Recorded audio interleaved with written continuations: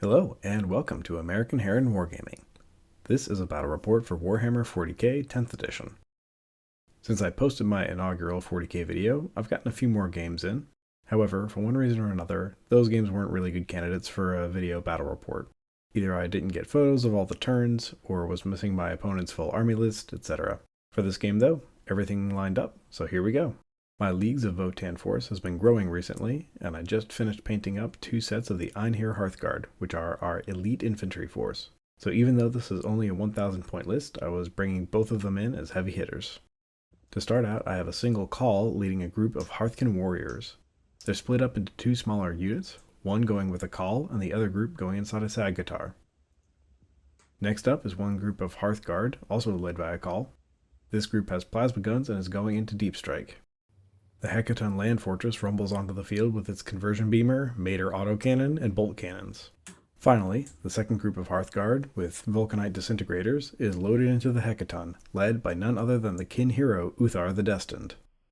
I was up against a force of Chaos Space Marines. My opponent had a Chaos Lord leading a band of Chosen. They and a band of Noise Marines were all embarked into a Rhino. They also had a squad of Terminators and Deep Strike as well. Then, on the board, they had another squad of Noise Marines, a squad of heavy weapon Havocs, and some Possessed. I'd recently played a 2v2 with the Possessed on my side, so I knew that they were going to be a problem. Rounding out the list was a mob of Cultists. With most of my forces embarked or in reserves, I only had 3 units to set up on the board, compared to my opponent's 5. I opted to put my 2 default Judgment tokens on the Possessed and the Heavy Weapons team, with the thought that this would help the Sagittar and Hearthkin clear them out. We drew the Vital Ground mission, so had no objective in the center of the map.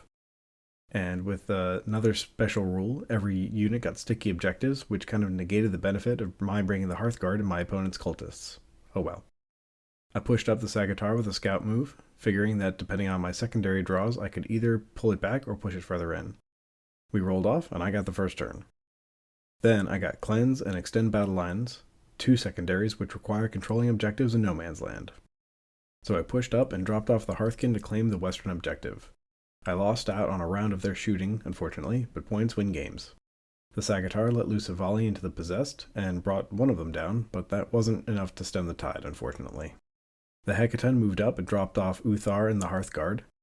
I opted to have them cleanse the point, and the Hecaton unloaded into the Rhino. After all the guns finished up, it still had 4 wounds left. The other group of Hearthkin opted to advance over to try to help out their friends on the western flank. Since the Rhino didn't get popped in turn 1, it rolled all the way up and disgorged the Chaos Lord and a squad of Noise Marines. The Possessed moved up, and the Sagittar tried for a round of Overwatch fire, but only got 1 damage through, which isn't even enough to drop another one.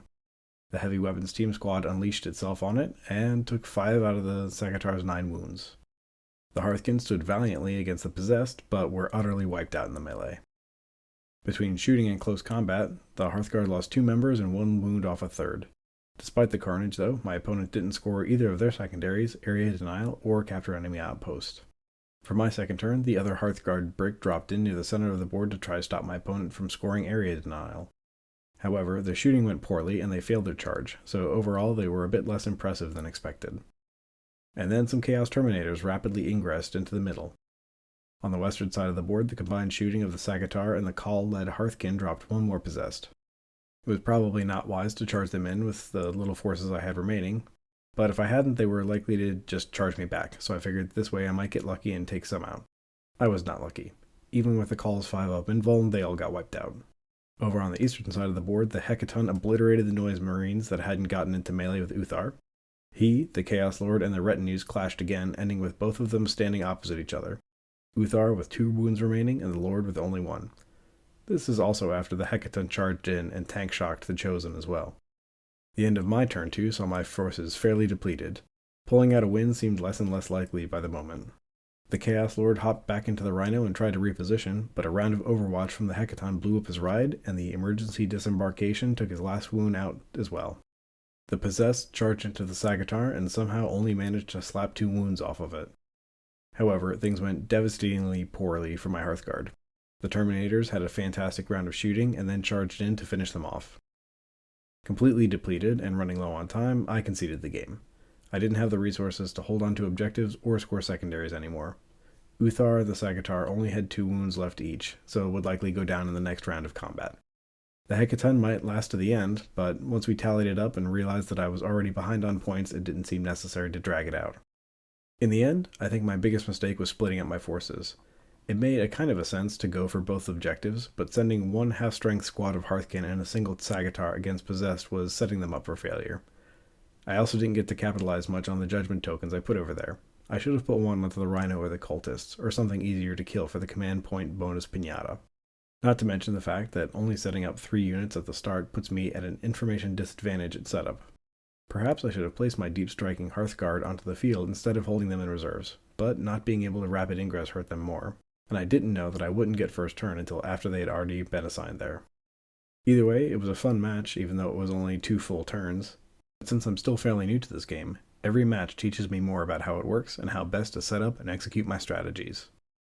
That's it for now. Take care out there.